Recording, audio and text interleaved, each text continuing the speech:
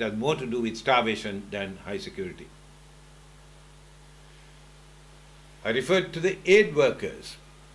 Aid workers have been shot by the armed forces on the 5th of August in an absolute outrage. French NGOs, Action Against Hunger, working in the post-tsunami, doing post-tsunami relief work in the east.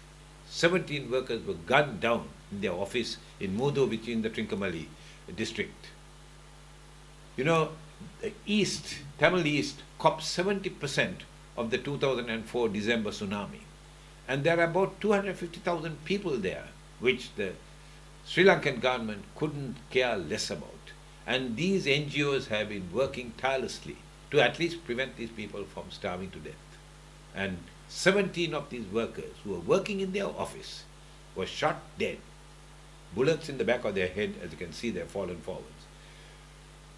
Ulf Henriksson, the head of the Norwegian Nordic monitoring mission, says, and I quote, "It is one of the most serious crimes against humanitarian aid workers worldwide." There has been mass displacement of the entire population in the East. It started in July 2006 and continued apace to February 2007, and it is still continuing. The bombing actually started a couple of months before July, in April 2006, escalated in July, and continued unabated for the rest of the period. Having finished with Trincomalee, the armed forces moved into Batticaloa and finished off Batticaloa. Now they are in the process of moving up to the north. And if we do nothing, the north will follow. It is interesting that having cleared out the people and asked them to leave the area, you'll see it in a minute, masses of people leaving Trincomalee and then Batticaloa, the Sri Lankan government then moved some 80 families, Sinhalese families from the south under armed guard to Trincomalee, with thousands more to follow, indicating that the object of the exercise was to replace the Tamils in the Tamil-speaking area and the Muslims in this area, also Tamil-speaking, by Sinhalese settlers from the south, if necessary, brought in under armed guard. Here are the people on the move. More than 212,000.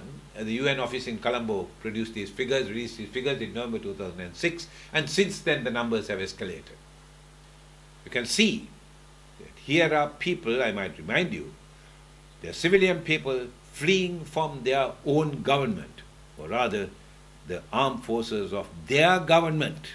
They are Sri Lankans fleeing from Sri Lankan government atrocities.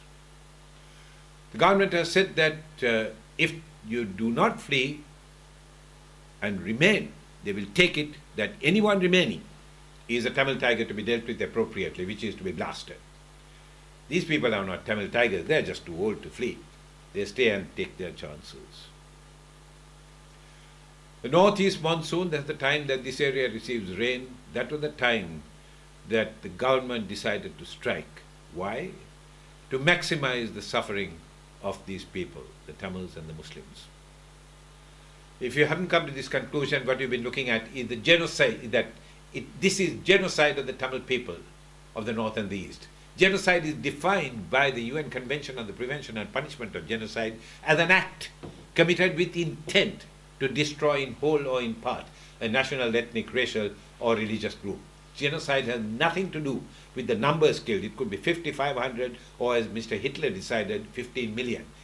It's not the numbers, it is the intention and the acts to achieve this intention that are crucial in defining what genocide is. Here is the evidence. Tamil civilians killed before the recent fighting under the age of 5, nearly 400, 6 to 10, nearly 500, and 11 to 17, a massive 4,000. Now why would you want to kill children? Well, the answer is that that's what genocide is all about. Bombing and shooting is not the only way to kill, although it is very efficient. You can murder, and there have been at least a dozen major massacres in the last 15 months, indeed in the last year. You can starve them, such as blocking the A9 highway. You can withhold essential medicine that the government is doing. You can prevent the survival activities, which I call them fishing and agriculture, which I have dealt with partially. You can destroy their businesses, markets, homes, hospitals, schools. All of this I have got documented on slides, but I simply got no time to show them to you. Once the intention is there, the ways of achieving genocide are endless. We must also consider, in addition to ordinary genocide, educational, cultural and economic genocide, which I define as the intention backed by the act of destroying in whole or in part the education, culture and economy of an ethnic group, in this case the Tamils. The government of Sri Lanka is guilty of all of them. You can't discuss the Sri Lankan ethnic problem without discussing child soldiers and suicide bombing. The recruitment of child soldiers, or for that matter adults, for war can never be justified, not in my book. The Tamil Tigers have forcibly recruited children, of that there is no doubt. There is now, in January 2007, documentary evidence from Ambassador Alan Rock, a Canadian diplomat who is now working with the UN, who was sent to Sri Lanka to look at this problem of child soldiers. And he, in a slating report, a devastating report, he said that the Tamil Tigers were recruiting children, but so were the Sri Lankan armed forces doing exactly the same thing. The US-based Human Rights Watch report, which has a higher standing in the US than even Amnesty International, they came out with a scathing report last month, February, which said the same thing. What is interesting is that the international community are ready to condemn the Tigers for this, but there is deafening silence when the same thing is done by the Sri Lankan armed forces. That is hypocrisy. Let me deal with this child who has lost father, mother, brothers and sisters as an example of the suicide bomber mentality. Let's say 10 years down the track, when this child is about 16, 17. Her thinking might go this way. You shot my father, you raped and killed my mother, you saw her there killed. You hanged my brother, you saw that. You tortured and killed my sister, you saw that too. I have nothing left in this world. When I find the going too difficult and I decide to leave this planet, I sure will take you with me.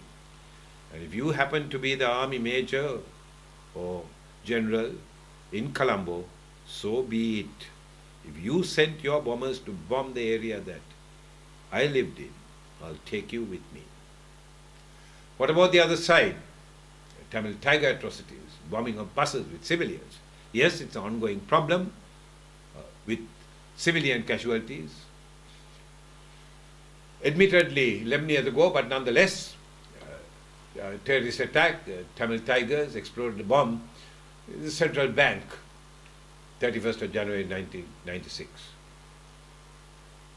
I would point out to the Sri Lankan government and anyone who wants to listen that if the bombing of the Tamil areas continues as it is going in full blast right now, more of this might follow as desperate people do desperate things.